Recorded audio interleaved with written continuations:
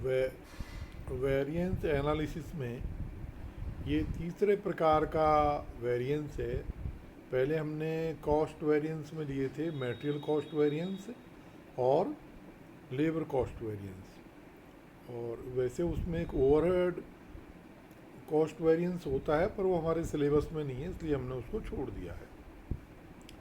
दूसरा है विक्रय विचरण या सेल्स वेरिएंस, यानी कि इसका अर्थ ये है कि जब हम देखते हैं कि हमारी जो बजटेड विक्रय है, जो हमने बजट बनाया है, अनुमान लगाया है कि भाई आगामी साल में या आगामी 6 महीनों में हमारी ये बिक्री होनी चाहिए, तो वो बजटेड विक्रय है या हमारी स्टैंडर्ड सेल जिसे कह सकते हैं एक तरह से हम, वो है। और उसकी कंपैरिजन में जो वास्तव में जो विक्रय हुआ है, जो एक्चुअल सेल्स हुई है, वो कम हुई है या ज़्यादा हुई है।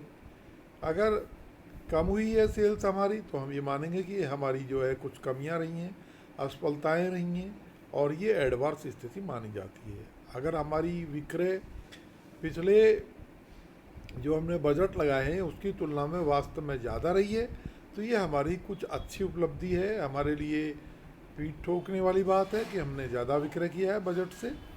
तो अब ये जो बातें हैं इनका कि हम किसको जो है शाबाशी दें, किसको हम जो है कंट्रोल करें कि भाई तुम्हारा जो है वो बजट की तुलना में विक्रय कम हुआ है, ये एक तरह से हमारे जो प्रॉफिट है, हमारी जो सेल, जो हमारी संस्थान है उसकी एफिशिएंसी है, कार्य कुशलता है, हमारे लोगों की जो सेल्स डिपार्टमेंट वाले लोग हैं उनकी ख़ास तौर से कार्य कुशलता देखने का तरीका है कि वो कितने जो है एफिशिएंट हैं या कितने वो सफलता प्राप्त नहीं कर पाए हैं। तो इस संदर्भ में हम जो है वो जो हमारा अनुमान जो हमने लगाया है, बजट बनाया है, वो विक्रय राशि और जो हमारे को वास्तव में विक्रय प्राप्त हुई है, इनकी तुलना में जो अंतर ज्ञात होता है उसे हम सेल्स वेरिएंस कहते हैं। ये दो तरह से ज्ञात किया जा सकता है। एक तो सेल्स वॉल्यूम, जैसे कि मान लीजिए कि हमने 2 करोड़ की सेल्स करनी है, 3 करोड़ की करनी है, हमें एक जो साल में 5 करोड़ की सेल्स करनी है, और जबकि वास्तव में हमारी 6 करोड़ की सेल्स हुई है या 4 करोड़ रुपए की सेल्स हुई है। एक तो तरीका ये है। दूसरा तरीका इनका निकालने का कि जो हमारा लाभ है वो जो हमने बजटेड लाभ बनाया, और लाभ विक्रय से जुड़ा हुआ होता है, आपको पता है। तो जो हमारा विक्रय से जो लाभ हमको आना चाहिए था कि भाई जैसे 1 करोड़ रुपए साल का लाभ हमें विक्रय से मिलना चाहिए था, अब इसकी तुलना में हमें लाभ कम हुआ है, ज़्यादा हुआ है, 1.25 करोड़ का लाभ हुआ है या 80 लाख का ही लाभ हुआ है। लाभ कम हुआ है तो इसके लिए कौन कौन सी विक्रय जो है वो जिम्मेदार है, अगर अधिक हुआ है तो कौन कौन सी बातें इसके लिए लाभदायक रही हैं। तो ये दो तरह से निकाला जा सकता है, एक तो विक्रय के जो है वॉल्यूम के आधार पर, और दूसरा लाभ की मात्रा के आधार पर। अब हम लेते हैं विक्रय विधि के आधार पर, सेल्स वॉल्यूम के आधार पर। तो सेल्स वॉल्यूम यानी कि विक्रय राशि, जैसे कि 5 करोड़ रुपए की विक्रय राशि। अब इसमें अंतर आने के दो कारण हो सकते हैं। एक तो कारण ये हो सकता है कि हमने जो सेल्स है, जो उसका मूल्य हमने जो है ज़्यादा वसूला हो। जैसे कि मान लीजिए हमें एक कोई वस्तु हम बेच रहे हैं, उसका मूल्य 50 रुपये प्रति इकाई है, और वो सेल्स मूल्य हमें 52 रुपये मिला हो, 55 रुपये मिला हो, या मान लीजिए हमने जो संबंधित डिस्काउंट कम दिया हो, या हमने कहीं पर प्रीमियम ले लिया हो। ये सारी बातें बताती है कि भाई सेल्स का मूल्य हम ऑन एन एवरेज जो हमारी स्टैंडर्ड प्राइस थी, सेल्स प्राइस, उसकी तुलना में हमने ज़्यादा प्राइस ले ली है। तो ये कारण हो सकता है। या मान लीजिए कि हमने प्राइस कम ली है, जैसे कि हमारा 50 रुपये प्रति इकाई मूल्य है और हमने जो है कैश डिस्काउंट ज़्यादा दे दिया है, और कैश डिस्काउंट देने से ये हमें जो है 40 रुपये प्रति पड़ी है। या मान लीजिए कि हमारे को जो है बिक्री बढ़ाने के जो है संदर्भ में हमने कॉमर्शियल जो डिस्काउंट ज़्यादा दे दिया है, इन वजहों से विक्रयों की जो मूल्य जो है वो हमें बजटेड की तुलना में कम मिला हो। दूसरा कारण क्या हो सकता है कि हमने विक्रय की इकाइयाँ ही ज़्यादा बेच दी हो। जैसे मान लीजिए कि हमें 1 लाख इकाइयों का विक्रय करना था और हमने 1,10,000 इकाइयों का विक्रय कर दिया हो। या मान लीजिए कि कुछ क्षेत्र ऐसे हैं जहाँ पर अचानक बहुत डिमांड आ गई है और इसलिए हमें जो हमारा स्टॉक में रखा हुआ माल है वो भी हमने बेच दिया, और इस तरह से जो बजटेड जो मात्रा बेचनी चाहिए थी उसकी तुलना में ज़्यादा मात्रा बेच दी हो।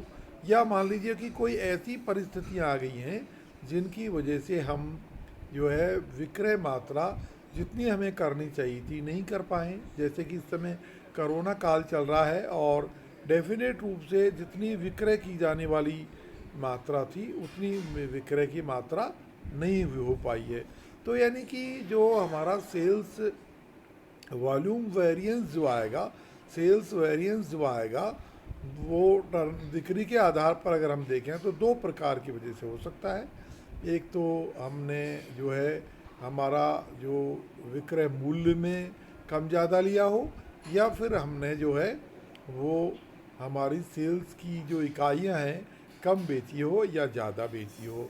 इसके जो मेथड्स और जो फार्मूले हैं वो करीब करीब जो है अगर आप अच्छी तरह से स्टडी करें और देखेंगे तो पाएंगे कि ये जो मटेरियल कॉस्ट वेरिएंस है और जो लेबर कॉस्ट वेरिएंस है उसी की तरह के हैं, क्योंकि इस वेरिएंस हमेशा यही ज्ञात किया जाता है कि बजटेड की तुलना में एक्चुअल कम हुआ या ज़्यादा हुआ। तो इसी तरह से मटेरियल का की निकाला हमने, इसी तरह का हमने लेबर कॉस्ट वेरिएंस निकाला। और ये जो दोनों विधियां विक्रय के सेल्स वेरिएंस की बताई है हमने कि टर्नओवर के आधार पर और प्रॉफिट के आधार पर, ये भी करीब करीब एक जैसी है। जहाँ पर हम जो है सेल्स टर्नओवर में के आधार पर लेते हैं तो विक्रय मूल्य लेते हैं। जैसे मान लीजिए कि हम फ्रिज बेच रहे हैं, रेफ्रिजरेटर बेच रहे हैं और एक रेफ्रिजरेटर का मूल्य है 8,000 रुपये।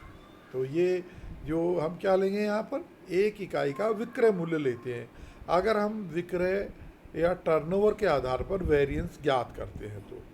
दूसरा, अगर हम लाभ विधि या प्रॉफिट मेथड के आधार पर वेरिएंस ज्ञात करते हैं तो हम फिर सेल्स प्राइस की जगह हम लेंगे प्रॉफिट पर यूनिट।